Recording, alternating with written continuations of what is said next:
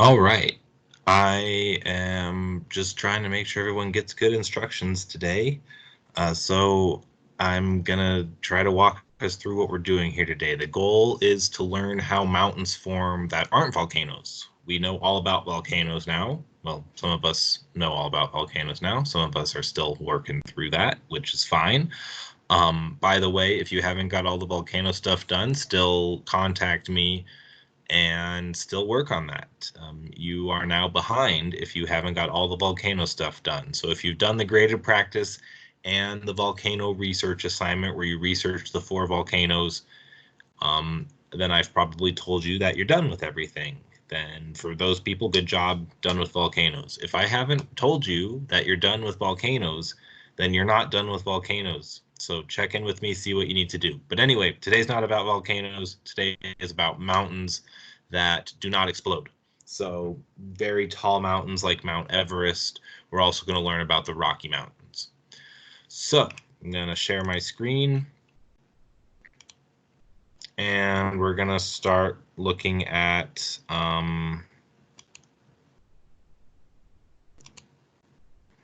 what we're doing today. So there's me still.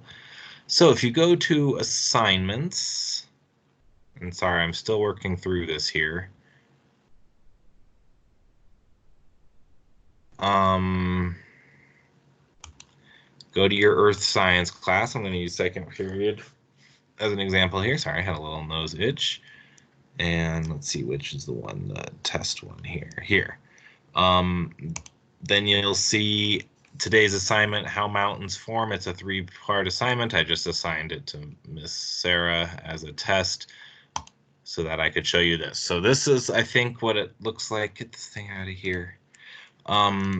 What it looks like from your point of view. You could even, I don't know if you saw this, but you can click this up here and it reads you the instructions, which is pretty cool. But anyway, here are the instructions. It's a 3-part assignment. I'm going to walk you through the 3 parts, but basically we're learning how mountains form. So the instructions are here. So you click here, it opens up the instructions.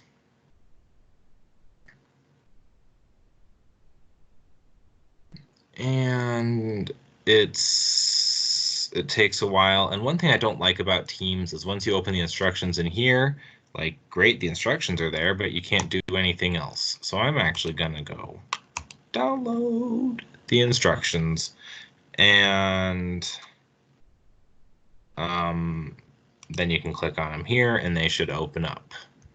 So, yep, go ahead and open up the instructions there. Ugh, it opens in Microsoft Edge. That's not good. But anyway, and now you have the instructions.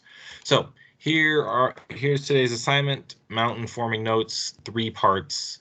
You need to do the work and turn it in. You can do it on paper and take a picture, or you can send it to me electronically, and there are some ways to do that. I'll go over that in a bit. I'll go over turning it in here in a minute. But first, the 3 parts of the assignment. Part 1 uses the book here. Sorry, it's kind of spastic. There we go. Uses the book to answer these 2 questions. So here are the 2 questions you need to answer right here. Questions 1 and 2. First one's not really a question. You just have to define what orogenesis is, I believe, the correct pronunciation. You'll find that down here in the book. Also, in the plate tectonics model, which type of plate boundary is most directly associated with Earth's major mountain belts? So basically, what kind of plate boundary? Remember, we've got transform, convergent, divergent. Which one of those makes most of the big mountains? So those 2 questions, you'll find the answer here. I've scanned the book in for you. You can see orogenesis is right there. I'm not going to show you exactly where to find number 2, though. You got to do some of the work yourself. So answer these 2 questions, send me the answers. That's part 1. There's 3 parts to this today, because that should only take a few minutes. Part 2 uses the simulation to show you the 5 steps of mountain forming, and then you answer this question. So let's go to the simulator here. I'm going to click on that. Oops, I didn't want to open that. Let's open that in a new window. That's very annoying. All right, if you hold down Control and click on a link, it opens in a new window.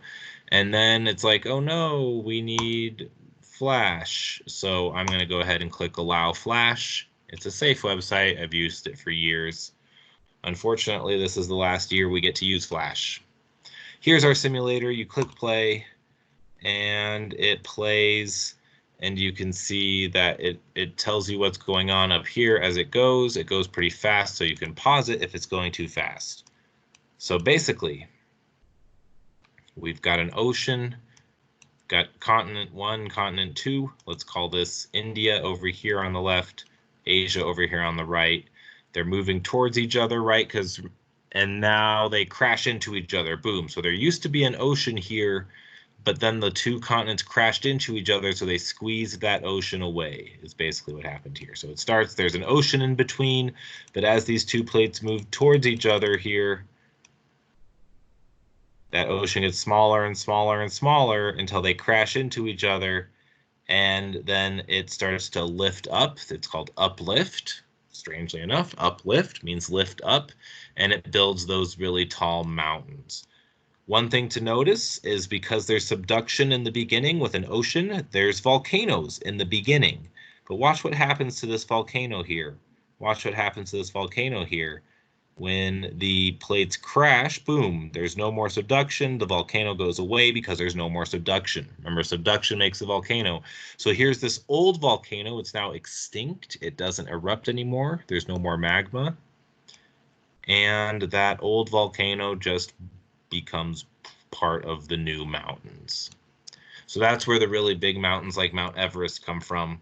So use that simulator to then copy these notes, the 5 steps of making mountains. Basically, it's step by step what we just watched. Answer this question. That's question number 3 of the 3 questions you need to send me to get your points for today. And then finally, part number 3 is the Rocky Mountains. Rocky Mountains, I just need you to copy down these notes and this diagram into your notebook. That way you can explain a little bit about how the Rocky Mountains formed. Basically, here's California over here. Here's us, Colorado, Rocky Mountains over here. What they think happened is the Pacific Ocean plate. It's subducted like usual underneath North America, underneath us. But for some reason, there was another hot spot or something underneath North America that pushed that plate back up and kind of shoved it upwards and created the Rocky Mountains in the middle of the plate.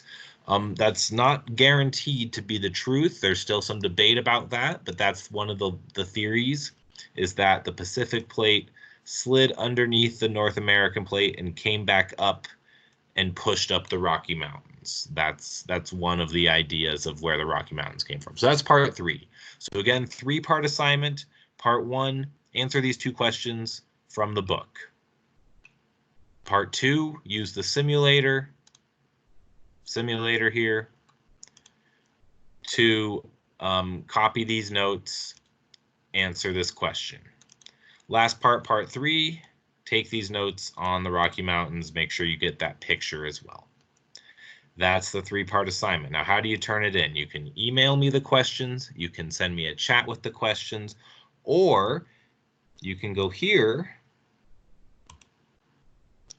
and I've set it so that you can actually, if you go to edit document up here, you can edit this Word document and you can actually answer those 3 questions, right? Question 1, question 2, question 3 in a Word document that it should automatically turn it in, and then you go when you're done, and you click the turn in button, which it's not showing me for some reason, but make sure you click turn in when you're all done. So you can edit the document.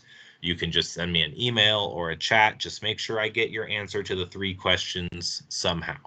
And that's how you'll get your 5 points for the day.